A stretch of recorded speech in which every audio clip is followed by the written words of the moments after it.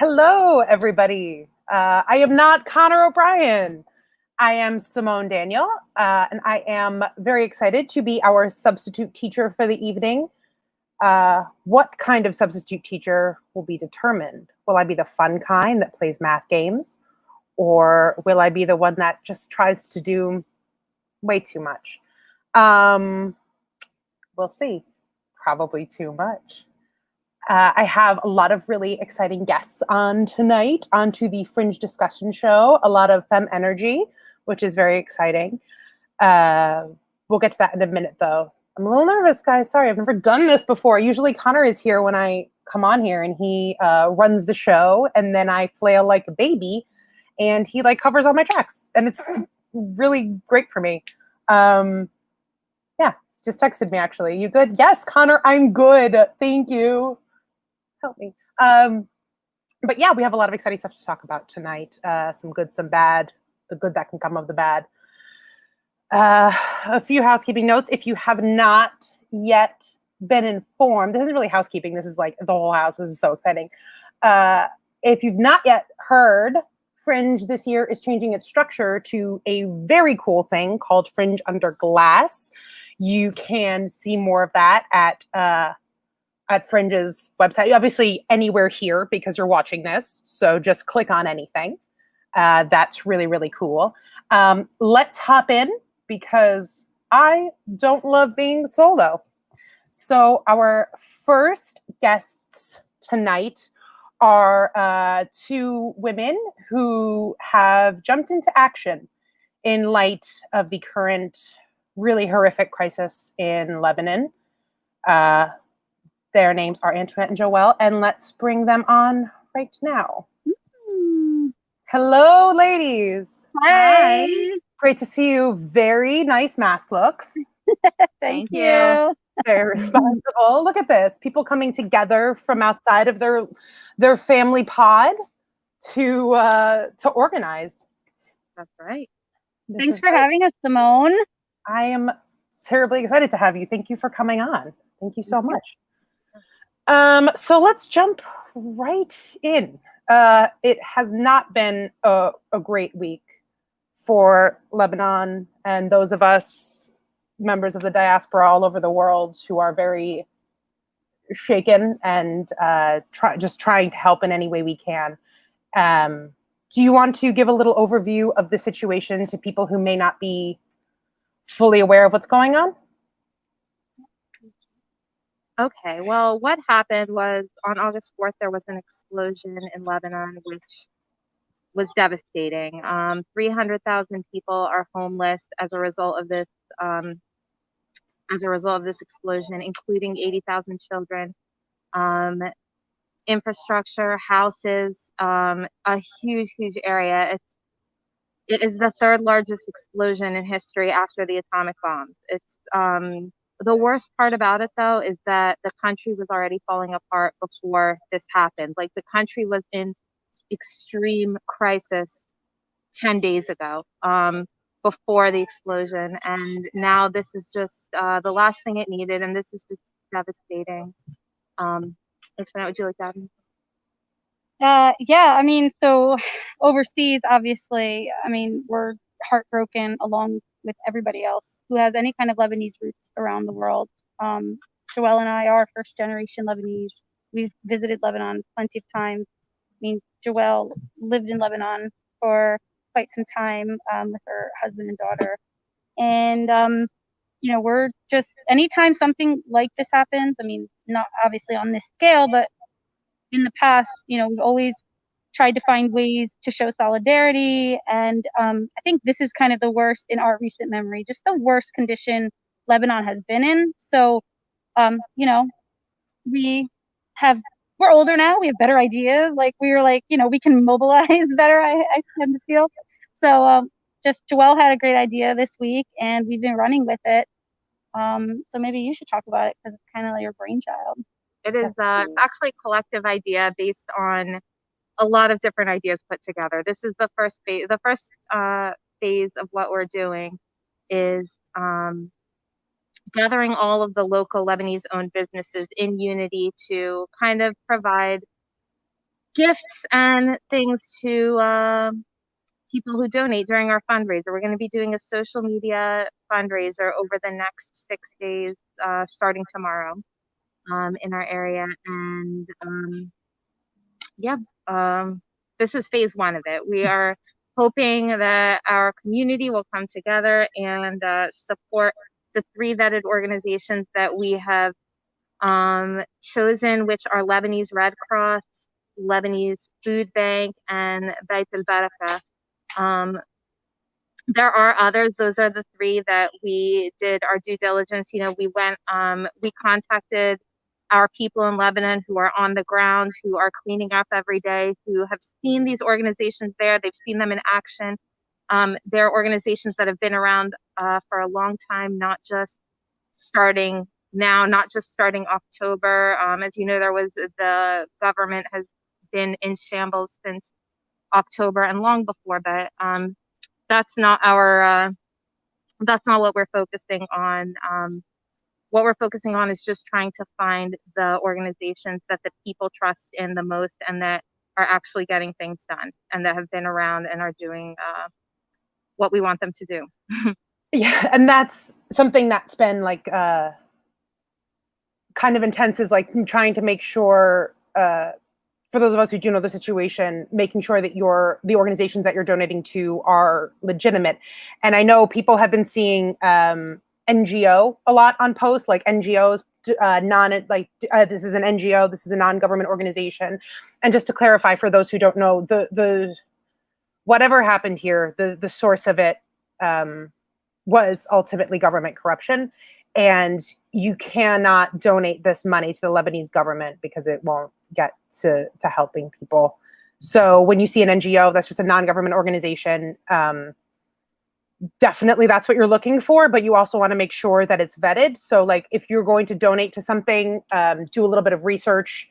Everything that Lehigh Valley for Lebanon will be donating to, like Joelle said, will be vetted. They have been talking to people on the ground. These are organizations that have been around and done a lot of really great work for a long time, and they're just mobilizing right now. Also, I think it's really important to mention that the inflation rate is absolutely insane right now. It's like the 3rd highest in the world, I think. So if you can give $5, that $5 is huge. 5 American dollars is going to make a huge difference. Like anything that you can donate makes a massive, massive difference.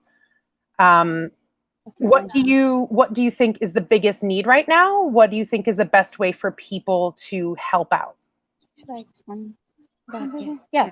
So we started a group called Lehigh Valley for Lebanon. We're on Facebook, Instagram, and Twitter.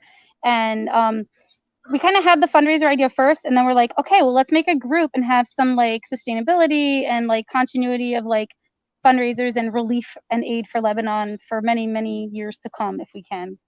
And so our fundraiser is meant to encourage people, both Lebanese and non-Lebanese, to donate to one of the 3 vetted organizations we have, which Joelle mentioned. And any dollar amount, like you said, is good. I mean, we don't really care what you donate as long as you donate something. And then if you send us a screenshot of your donation confirmation, you can DM us or email us at lvforlebanon@gmail.com. We will put your name in a raffle to win one of the gift cards from the locally owned Lebanese businesses in the Lehigh Valley. So, I mean, these particular organizations, I think you donate funds, monetarily. But once this fundraiser is complete and, is final at the end of this week, we have some other plans to send actual goods. Because again, I mean, like people might have money, but also now like the port is like gone. So, and 80% of the goods that come into Lebanon came through that port. So, there's going to just be demand for product. My cousin told me like a bottle of formula, which went for $10, is now $66.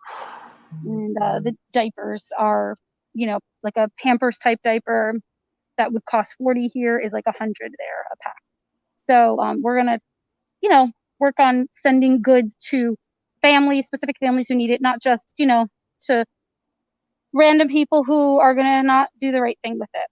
So That's we're looking forward to helping out.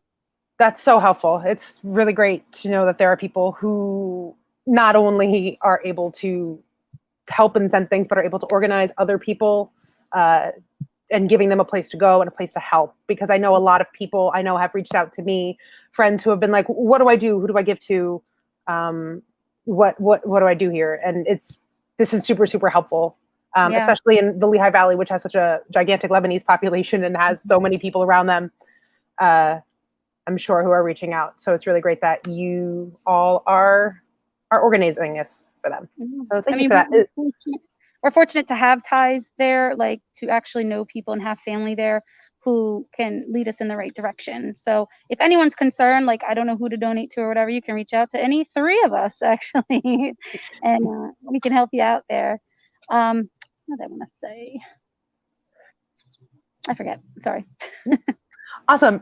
So in addition to your wonderful organization, throughout the show, I'm just going to be putting up a few other organizations that have been vetted to help vulnerable people.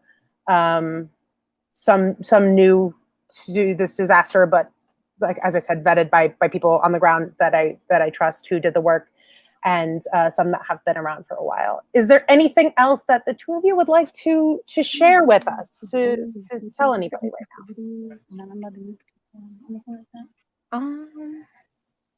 now? Yeah, go ahead. Okay, Go I don't know. for it. I You just don't wanted to talk about like just the inclusivity. Like we really want LV for Lebanon. It's not just a Lebanese organization. It's bringing together Lebanese and non-Lebanese people who just want to support allies. You know what I mean? In the Valley and beyond. You know, Joelle's parents own a place of business. People have been coming in, you know, just in tears, asking like what they can do, and you know, empathizing with us. And we just, it's astounding, and it's awesome, and it's beautiful to know that, you know, people are standing with us during this time. Yeah, it really is. It means a lot. All right. Thank you so much. Again, can't thank you enough. You guys are doing great. I'm proud to know and love you. Thank you. We're the lucky ones. Yes, we are. Mutual Admiration Society, ladies. Totally. Obsessive circle. Thank you so much for everything. Thank you for coming on, and thank you for helping. Best of luck. Give my love to everybody. Thank you very much. Bye. Bye, guys. Thank you. Bye. Thank you.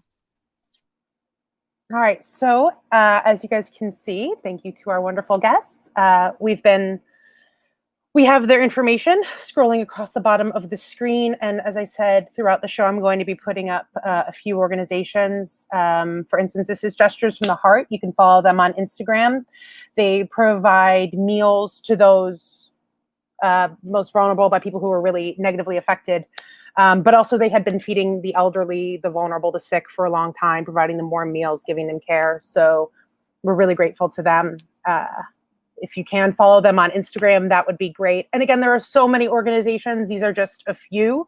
Also, if you can, Venmo and Cash App at the Lebanese Queer Fund goes to help Lebanese queer population, which is rich and lively, and they really need our help right now, as well as disaster relief for the Lebanese transgender community. I couldn't add links on this, so I just put, if you Google these like exact phrases on GoFundMe, you can find them and you can donate, and anything you can give would be unbelievably helpful. Again, this is the Lebanese Queer Fund on Venmo, vetted by people I trust. It's totally legitimate. And we have the disaster release for the Lebanese and Lebanese transgender community. Also, if you can, this is an issue that's kind of difficult to explain, but there is something called the kafala system in Lebanon. These people are essentially migrant workers, and they've been left in a really vulnerable position by the economic crisis. And now this has been unimaginably bad for them. So anything that you can give to these people would be unbelievably appreciated. Again, just put this is the name of the GoFundMe page. This is vetted. This is legitimate. Anything you guys can do to help is wonderful. So now we are going to bring on our next guest. It is a guest who would not be on this show under normal circumstances because that's simply too much O'Brien energy for one podcast. But she is more than Connor's sister. She is also my spiritual guide, Mag Oprah, as she's sometimes called, and my close friend. I would like to welcome my Pisces sister, Maggie O'Brien. Hello, Maggie. Oh, no, good evening. Namaste. Namaste here. Thank you for having me. Thank you for coming. I'm very excited. Yes. Yes, as you pointed out, this is the first time I've been invited on this show. So, Well, you know people. It's fine. The world can only take so much of us. I understand. It's a lot. You have a big energy. You have a lot of energy. That's what I've been told. Yeah. So you think, oh, I love you. So welcome to the Fringe discussion show, my friend. So fancy. We Come a long way, baby. Yeah, you see there's banners on the bottom. So do what you will with that. Thank you. Yeah, welcome. Fringe show. I guess we talk about fringes here. Fringe, yeah. Normally, see, Maggie and I are in a real pickle because we always use Scranton Fringe to premiere our fall aesthetics, and we're not feeling great this year about our fall aesthetics because who will see them, quite frankly? Yes. Yeah. Who's gonna see them? And I don't really look good in utilitarian clothing, and I feel like that's. I have been looking. There's a lot of military jacket looks out right now. I feel like. Oh, I thrive in that, so I'll be fine. Yeah. Will you be? So you will not be dressed like a paratrooper for Fringe Under Glass, I assume. Yeah, Fringe Under Glass. I guess. Yeah, I'm gonna have to wing it with the fall aesthetic. I was just having a conversation yesterday with the folks at the Velvet Elvis. We had stopped down for their. I don't want to call it their going out of business sale, but their new chapter sale because they did close their shop down on Bogart Court, and it was a group of us. They were talking about what fashion's going to look like in the fall. Fall's always been such a big fashion season. The September issue of Vogue is always a big deal. But I'm not sure. I'm not sure if we're embracing color or if we're shying away from it. I guess. I mean, ideally, we could just do whatever we want now, right? I mean, yeah, anything goes across the board. My only rule right now is, as I told my friend Sarah yesterday while we were shopping, I'm never wearing hard clothes again. Oh, that ship has sailed, my friend. I mean, I have put on yoga pants, but that's the extent of pants I've done. I have not. I did break out the underwire bra, but just the one. Okay. On deck, should anything arise. Should you need to run from something, you have breasticle support. Sure. Right. Sure. Yeah. It was really for my own amusement. Totally. Just to know that I can still get them up there. Yeah. Just make sure the bell still rings, I suppose. Yeah, so I don't know. I guess we'll have to see. Yeah, Fringe Under Glass. I guess we could get creative with our face shields and true. our masks. Yeah, and fashion those up. Have you tried the face shield? Have you experimented with that? I mean, those who know me will be surprised that that's a no, because I love COVID safety more than I love. You don't think the face shield's safe? No, I think the face shield's super safe, which is why it's surprising that I don't have a face shield. Oh, okay. Yeah. And it's also very dramatic, which is why it's even more surprising that I don't have one. Yeah, there's an interesting sort of soundtrack that plays through my mind when I'm wearing the face shield. So you have a face shield, a proper face shield? I do. I have several face shields I've acquired. They're actually, I have a hard time working. I can't think with my face mask on effectively. Like when I have to like turn down the radio to see when I'm driving. Exactly. Yeah. Yes. I mean, because as you know, I do work in community organizing, and I've had to have a few. I've had just a handful of small events, and I've had to do some in-person meetings, check presentations, supply pickups, things. But I do notice that my comprehension skills and my ability to communicate are increasing. It's severely decreased when I'm wearing a mask. Mhm. But with the face shield, surprisingly, it's easier to forget that you're wearing it. So, my cognitive level stays just about average. It's like glasses, I guess. Right, which I am accustomed to wearing. But I am looking forward to, I would like to bedazzle the shield. That's on one of my many growing lists of things to do is get my shield bedazzled. So maybe that'll be a good wall aesthetic project. Yeah, Maggie under glass. The face shield is thematic. We're keeping it all locked up. Yeah, it's so clever.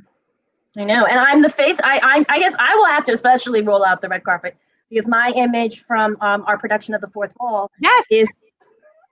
Did you ever think years ago when you took those pictures? No, and funny. Yeah, no, we're getting a lot of mileage out of that between Fringe and VE and my dating profiles. That picture. Very funny, very clever. Gonna get lots of dates.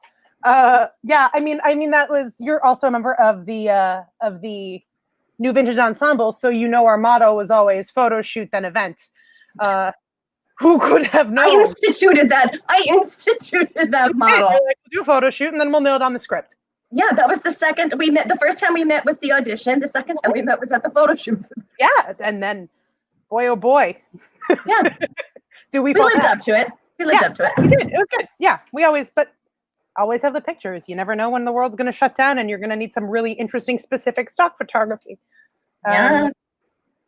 So cool. Cool. Yeah. How else are you feeling this summer? With I would have been at Edinburgh right now. You probably would have been at Edinburgh hanging out with us. Yeah. So the absence of arts and music and cultural events is really starting to weigh on me. There's a definite loss there. You're right. Yeah, I was reflecting in my journal. It was a year ago tomorrow. I think I left for Edinburgh, which was my first Edinburgh Fringe experience. It would have been awesome to go back. It's definitely one of those experiences where you need that first year to kind of just get a sense of get a grasp around the magnitude of what it is and how it operates and all the levels that are operating within inside it, and then go back a second time to actually really fully embrace all of the things that it has to offer. Be like, okay, ready, got it, got a plan, let's go. Yeah, no, because it was an awesome experience.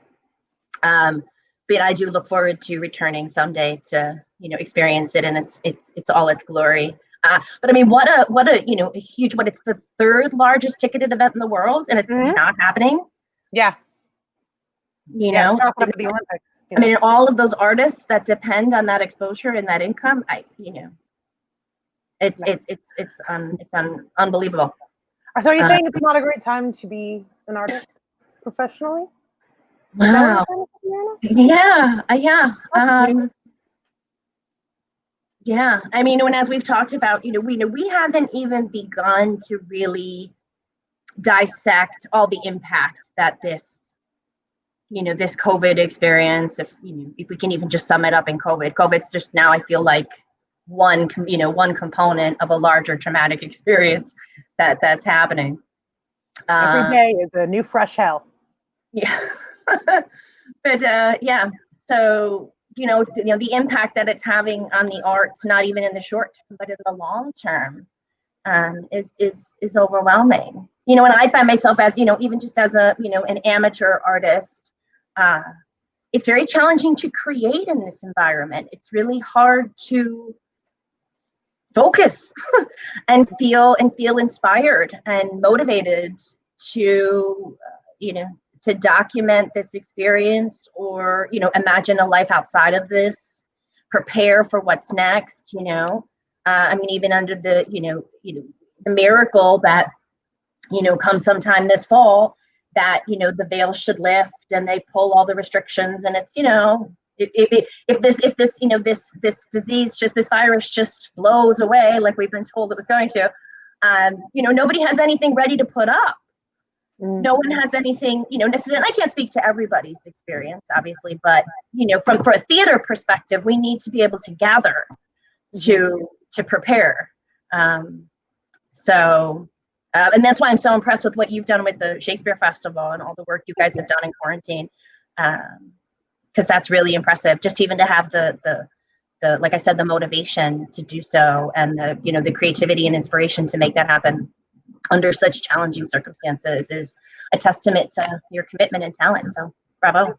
Yeah, no, I mean, it seems like a weird gift where all I ever wanted before was time. I'm like, I just need time. If I just have some time, then I can figure this out. I can do this. I can make this. I can get this going. It's going to be great. I'm going to come out of this thing with a freaking Oscar. And then it hits, and I'm like, I think another nap is the thing to do today. Like, it's just, I work when I can, but it's really hard to get motivated. And like, I'll tell you the truth, like, our monthly full moon gatherings are a big part of why I'm able to do that, because and that's when Connor was like, who do you want on as a guest? I was like, well, I'm gonna need Maggie, because I gotta like spread this whole thing around that we're on right now, because it's glorious. It's very helpful. I mean, which is roughly just as I said before, Maggie is a wonderful, empathetic, compassionate, intelligent person who is very helpful in matters of processing and getting in touch with yourself and feeling creative in your own journey. And, my sister and I always talk, and I think I said this to you, like, the people who are not on a journey of self-discovery right now are missing out on something huge. Like, this is a once in a century opportunity to evaluate yourself and your position in the world and learn who you are in this way without just like, this won't happen again. Inshallah. I hope this never happens again.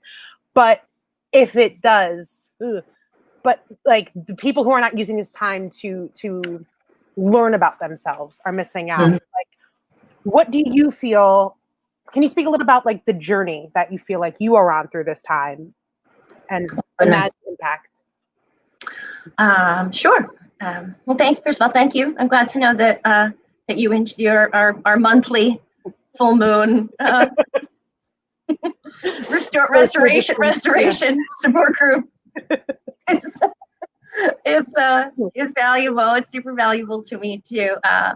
Because I mean, I've really been leaning on all of my all the new age tools that I've been studying over the years have been incredibly valuable to me on this journey, just as of, they've been valuable to me on my lifetime of journey, but particularly now to have those sort of touch points and keystones that, there's going to be a new moon and a full moon every month. You can bank on it. It's going to happen.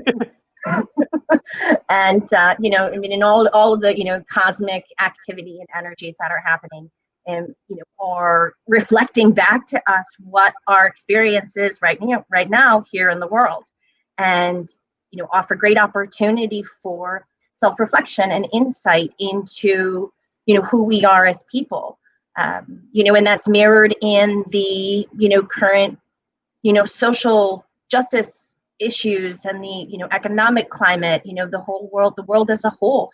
We are all being forced to look at who are we and what do we value and what do we stand for? Because our modern conveniences and our distractions and the things that always kept us busy are gone, and we have nothing left to do but kind of sit in our own skin and kind of get to know ourselves, in an extra insightful, introspective kind of way. At least I hope so. That's certainly what I've been doing. An interesting turn of events for me on this journey was I had 2019 was also, was a big growing year for me. I had a lot of personal experience that caused me to become even more introspective than I already was. So I had already designated 2020 as my healing journey. I had started that back in January. And so come the turn of events in March, which actually happened, when we went on lockdown, like the 14th, 15th I think of here, March, yeah, it was the 15th. which was my birthday was the 16th. So Happy birthday. yes, it was. We were officially in lockdown by my birthday. And that was supposed to be kind of like, that was supposed to be a big sort of like a check-in period for me, because I had done a lot of work on myself between January and March. And, I was looking forward to birthday weekend to kind of let a little loose and, celebrate after, putting in a lot of hard work. And then it was an interesting turn of events to realize, like, oh, wow, hard work isn't always rewarded by a celebration, You can work really hard and make sacrifice, and then have to work really hard and make even more sacrifice. It was just this sort of conditioning that I had fallen into, and thinking that, that around, that success is just around the bend, that the celebration is just around the end, that the light at the end of the tunnel is, where you want it to be. Like, I'm good, I'm done, I'm ready to, to feel the merits of my hard work. And that that's yet to happen. The tunnels just continue to get longer and darker. And and then that's, you have to continue to keep self-studying and evaluating, and going through your, doing that shadow work, and really looking inside yourself to find out, who you are and what you believe in. Yeah. So I think that's, like, honestly been the biggest lesson for artists, is that there is not necessarily a reward for the work, and that the work has to be its own reward, because maybe it all just goes away. And, either that, and that's been the thing. It's like, can I find peace through this work? Can I find fulfillment through this work if nobody ever sees it? If I just write something and it sits on my computer until the end of days, is that enough for me? I think it might be. Yeah, I don't know yet, but that's, what do you feel has been the best tool for you in coming to terms with this, and living in this world, and finding a way to stay healthy and sane and feeling one of the great question. One of the one of the things that is coming out of this experience for me, that that I am finding the silver lining for, is regular meditation practice, which is something that I never really took the time to do. It was always one of those things I was going to get around to. And I would from time to time meditate, but not a dedicated daily, prioritize meditation. And very gratefully, I'm thankful, my guru Oprah, and all of our guru Oprah and Deepak Chopra have done their free meditation series through their app, through all of this experience, which has been really helpful for me. They're two powerhouses that have been great to listen to and lean on. So yeah, meditation, journaling has been really helpful as well, and practicing a lot of self-care. Really allowing myself to celebrate all the any small victory, any small gesture, any little luxury, any little pleasure that I could find, whether it's applying essential oil, taking a bath, lighting candles, listening to, sound baths. That has been a great tool for me. I've really gotten into, I found some online organizations and, musicians that are doing live sound bathing. Just pop on my earphones and lay on the floor and let the gongs wash over me. 2 questions. So sound bathing, what can we explain what sound bathing is a little bit? Because I need clarification, because I had never heard of it, because I'm not. Yeah. So sound bathing, it's just that it's, it's the process of, meditative music. I'm particularly fond of Tibetan bowls, music, singing bowls, gongs, harps. A lot of them do didgeridoos. A lot of them just do vocal, throat singing. Ooh, I love throat singing. Yeah. Yeah. I mean, these are, high vibrational music played at like high vibrational frequencies that really resonate to the core of your energy, and just zoning out and letting it wash over you. That's awesome. Yeah. It's all. Well, no, go ahead. I was just going to ask you, I mean, you said before, like celebrating joy. And I know that a lot of people, myself included, sometimes I feel kind of shitty about like feeling joy a little bit. And I know like that's not great. That's probably not correct to resent myself for feeling joy in troubling times, because you need it. But I mean, do we classify joy as self-care? Oh, that's a great question. I guess we do. Yeah, I would classify experiencing joy, because when you're joyful, you're radiating at a higher frequency, right? Your energy level is going to be higher. Your light is going to shine brighter. Your smile is going to be whiter. Your eyes are going to sparkle, and ultimately, you're shining a light out into a world that's got a lot of darkness in it.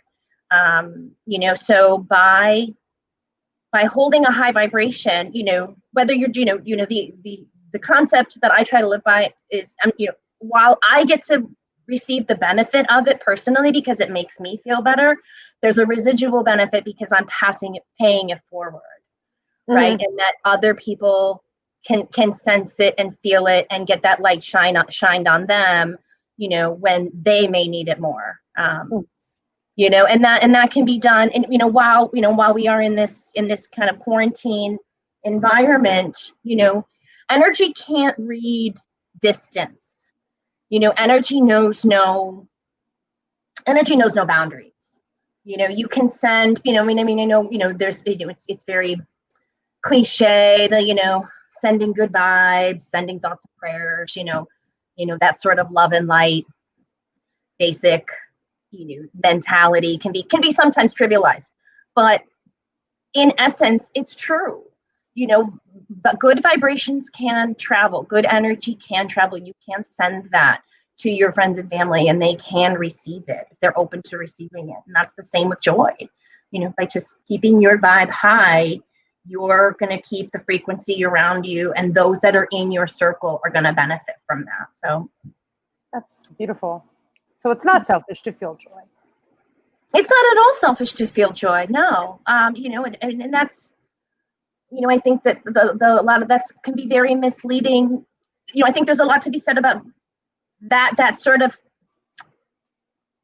self-deprecating perspective of thinking that, it's wrong for me to be happy, or it's wrong for me to celebrate when so many people are suffering. That's a scarcity mindset. There's no limit to, if you're feeling joy, you're not taking joy from someone else. You're not diminishing somebody else's negative experience by having a positive experience. There's room for all of those things. Awesome. If anyone has any questions or comments for Maggie, we'd love to have them. Please chime in. Call lines are open. Call lines are open now. She knows. She has experience. She used to volunteer with those WVIA fundraisers. I keep track of everything. I remember everything, Maggie. I'm a steel trap.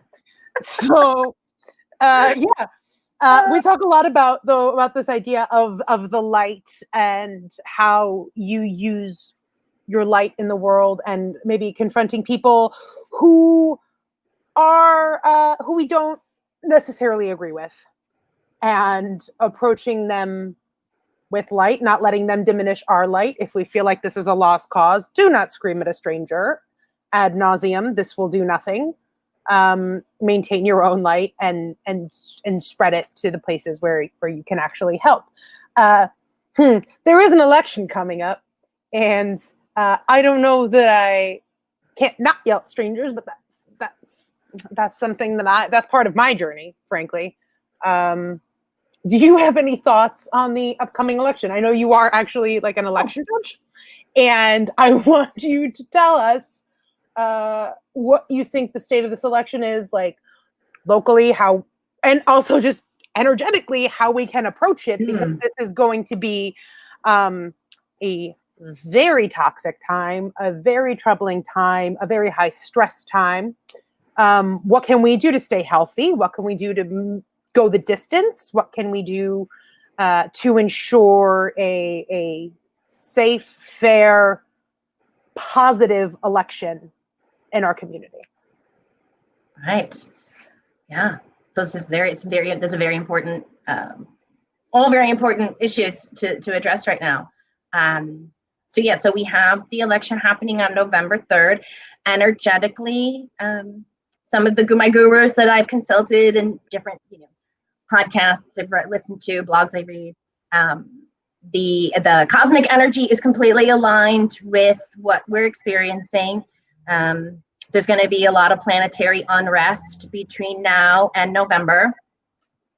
I believe Mars, Jupiter, and Mercury will all be retrograde on November 3rd. That's horrific. That's so bad. It's incredible and terrifying. If you're into that sort of thing, but it also can be, knowledge is power, and knowing that the universe is aligned with what's happening, you can have faith in the fact that, what's in the best interest and the highest good of our planet and our society is what's going to come to pass. That's what will happen, and that's a big part of being on a spiritual journey, is resigning yourself to the outcomes and having faith that, what the universe puts before you on your journey is exactly what you're supposed to be experiencing at that time. While it's unfortunate that we are experiencing so much divisiveness, and the way that our elections have become, our election systems have become, so polarizing and also discouraging, right? The whole premise of this two-party system let's just be honest, it doesn't work. That does not speak to, what's in the best interest of our society. Here we are, less than 100 days out, and we have these choices, right? And you need to, each of us needs to decide for ourselves which of the candidates best aligns with our values. I think that our society, especially artists, we strive so hard to be perfect, and we strive so hard to achieve, perfection and excel, and, constantly, being better than we were, constantly challenging ourselves. I think that perception has infiltrated, all of our sort of thought processes into believing that a candidate necessarily needs to line up with everything we believe in. Neither of these, men, the white men, old white men that we have to choose from. Oh, I hadn't noticed. Yeah. I have no feelings on that whatsoever, so. Right. Yeah, same. Well, surprisingly, of all the people in the world, the old white men that they've decided were best equipped to handle this responsibility. Yeah. Neither one of them is perfect, and neither one of them, what both of them believe in is going to necessarily line up with who we are. You just need to decide for yourself, of the two, which one most resembles what you want in your leader. And I think that anything resembles what you want in your Supreme Court. Right, because I think that this, the last 4 years have taught us anything is that, it's not necessarily just who's in the big seat that matters.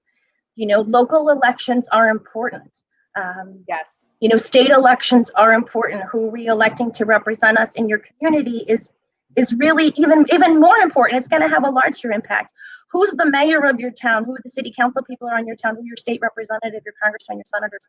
Those people have a far bigger impact on your day-to-day life than the old white man that's sitting behind the desk in Washington, D.C. So, being involved on all of those levels and knowing those candidates is also super important. I mean, many of us, all of us have, been voting over the years. How many times do you look at the ballot and you're like, I have no idea.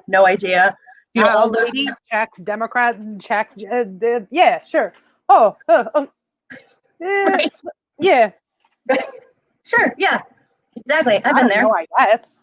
So now, we have the advantage of, researching these candidates in advance, and learning their platforms. And, in many cases now, everyone's going to have this vote by mail option. You'll be able to sit down with your ballot at your kitchen table and Google these people in real time and really make an informed decision, in more than just the, what does it take, 3 minutes to vote? I mean, you walk in, you sign the book, you fill out your form, you scan, you leave. I mean, you can vote, especially in this area. We don't have long waiting lines like they do in large metropolitan areas, or, in some of these, voter suppression areas. Yeah. We have a lot of privilege here because we to vote comfortably. So, you can be in and out in less than 5 minutes. But yeah, we have a wonderful opportunity to get super informed and be empowered with our vote. And as you mentioned, I got involved in politics. Wow, God, like a long time ago, over 20 years ago. It was in the year 2000. I started working for the city of Scranton. And that's really when my sort of political journey began. And volunteering on campaigns and getting involved in the public sector side of things. And I do now serve as the judge of elections in my voting district. So I ensure that, that at least that my district has a free and fair election, and that everyone, has that's there, legally allowed to vote, has the opportunity to do so safely, and that the votes are counted. I think that, for folks around here, if you do have the capacity to vote in person at your local polling place, I would encourage you to do so. The challenge that we're facing now in November is that all these mail-in ballots are going to have to be counted, and that's going to be a really cumbersome process. For the first time since the Gore-Bush election, it's unlikely we are not going to have a clear and predictive winner on the 3rd. That night. The Gore election was such an easy process, and it went so well. No, not to discourage voting by mail. If you have to vote by mail, please vote by mail. Right. Also, like, F this, like, post office, stamps, buy stamps. Everyone should buy stamps also. But you should buy stamps. Yes. Yeah, supporting the post office. I mean, how about that? Not go to their polls. Every time I hear about the poor post office, that horrible post office debacle, I think to myself, like, oh my God, on top of everything else, we have to save the post office. I'm tired. I don't know. I don't have time for this. My house, I said, I would like joke that like my house feels like a freaking like social justice like episode. Like it's just people shouting from room to room, be like, that charity is vetted, it checks out. Be like, I got like donate this one's good. Like just people screaming at each other. Like, you hear about this murder? There's this protest at 5 o'clock. Like it's just people shouting. Now the post office. Now they're coming for the freaking mail people. I know. Walk around saying hello, like being too nice to your stupid dogs and delivering your mail. I know. I'm like bringing them. I know. They carry dog treats in their bags and like feed dogs and throw their body out the window so that you can get your stupid magazine that you like subscribe for. Like it's just they don't just like I've had. I know we're tired, which goes back to why we need to prioritize self-care. Self-care, yeah. Thank you. Oh, see that?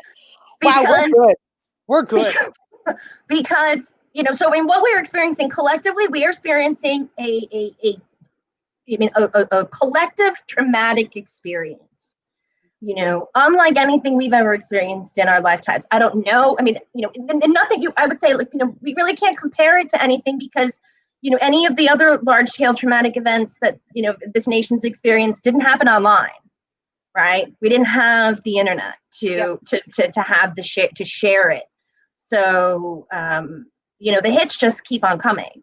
And, our automatic nervous systems can't handle it. They're not equipped to handle it. We're and by, it's super important that we take time to unplug, and kind of disconnect from the train wreck that's happening around us and really get centered and grounded in ourselves, because your body is going to be in a full-time fight or flight position. The mastodons are always at the gate. The cave and our caves are just getting smaller and smaller, while we allow these alarming and divisive and sort of scary experiences are happening outside. It's really important that we tune in to into ourselves and self-soothe with whatever techniques, with whatever we have. I mean, even as something as simple as just making sure that you're eating good food, eating real food, eating wholesome food, taking your vitamins, staying hydrated, getting a good night's sleep. Yes, very good. Getting a good night's sleep. Sleep is so important. Putting limiting your screen time. And these are all, I'm guilty of committing any one of these things on any given day. It's just been a benefit that, because we're so isolated and alone and without any other, activities or events to keep us occupied, that, I've just, been viciously writing lists. I write lists all the time. Love lists. Love that. I brought my planner back out. That's been huge. That's been awesome. Yes. I brought the planner back out as well. There's a few planner people. So was like just like somewhere like in the middle of March, it went away, and then no too many. Even that the planner itself is depressing. Like, I had a really fun August plan. August was gonna be killer. My planner was so lit. I had stickers for every event, and there were so many stickers. Like, I don't even want to. But it's back now, and we're back. We have some comments here, and it's somebody spamming us, asking us if we want to be famous. I'm just going to show it a second because I don't want to. Yes, we do. But we're not going to buy followers. Leave us alone. But we do want to. We're already famous. We're famous enough. We're as famous as we can handle, I think. And someone once told me I was Scranton. You're Scranton famous. I have a T-shirt that says that. It's probably not true. But I don't know where it came from. I literally just was folding the laundry the other day, and I was like, "Fuck is this? This is awesome!" No, my friend got so happy. Thanks, Kat. But I love that T-shirt. Makes me really so happy. It says I'm Scranton famous. No, it just says Scranton famous. Oh. So it's pretty ubiquitous. I mean, it's not making a claim. It could be like yours. I'm just advertising the concept of it. I don't know, but yeah. But yeah, Maggie, this was wonderful. Thank you so much for coming on here and just chatting with me. I think we did a pretty okay job of remembering that the camera was on. Our biggest concern. Yeah. So, my gosh, Maggie, Anthony Mouth. Here we go. Simone and Maggie, excellent discussion all around tonight. So great listening to you both. Oh, we love you, Mouth. Thank you so much for tuning in. This was wonderful. Thank you. Thank you. That was exciting. What a doll. Speaking of famous. Totally. That guy. He's like regional famous. Absolutely. Hey, look at that face. You know that face? That guy's regional famous. Anyway, this was so great. Thank you so much. I know, this was fun. I'm so glad. I hope everyone else enjoys listening to us talk as much as we enjoy it. I tremendously. I had a great time. Let's see. We got some likes. We'll see if we got any fans. If anybody's interested, when's the next full moon? I guess it'll be in like 3 weeks. Yeah, right? Yeah, we'll have at least 2 more full moons until the election. If anybody's interested in joining any of our full moon chats, hit us up. Those get deep. They do get deep. They're good. We go places. Thank you so much for coming on again. Anyway, you did a great job. Thanks, man. I'm sweating. So cool. You did wonderful. I'm sure Connor can go on vacation more often. We got this. I have lots of texts. I'm afraid to look. Oh. So, I hope they're not like, it's not even live. Why did you not log on? Okay. So we'll see you soon, Maggie. And thank you, Moni. Bye.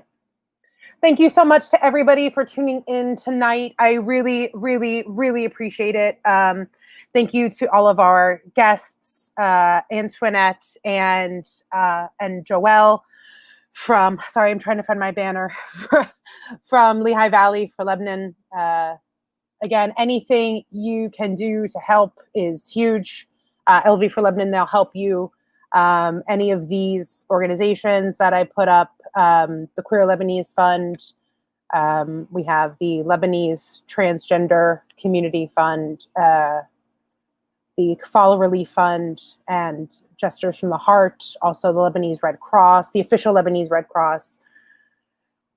Again, anything you can do to help, I cannot stress much for hearing us out and everybody out. And I hope that you all have a wonderful week. And when Connor returns, if you could all just let him know that I did an okay job, that would be wonderful. Stay strong out there. Have a great week. Thank you. From Scranton Fringe, go to scrantonfringe.org or wherever you're literally watching this right now. I hope that was the right website. Oh, God.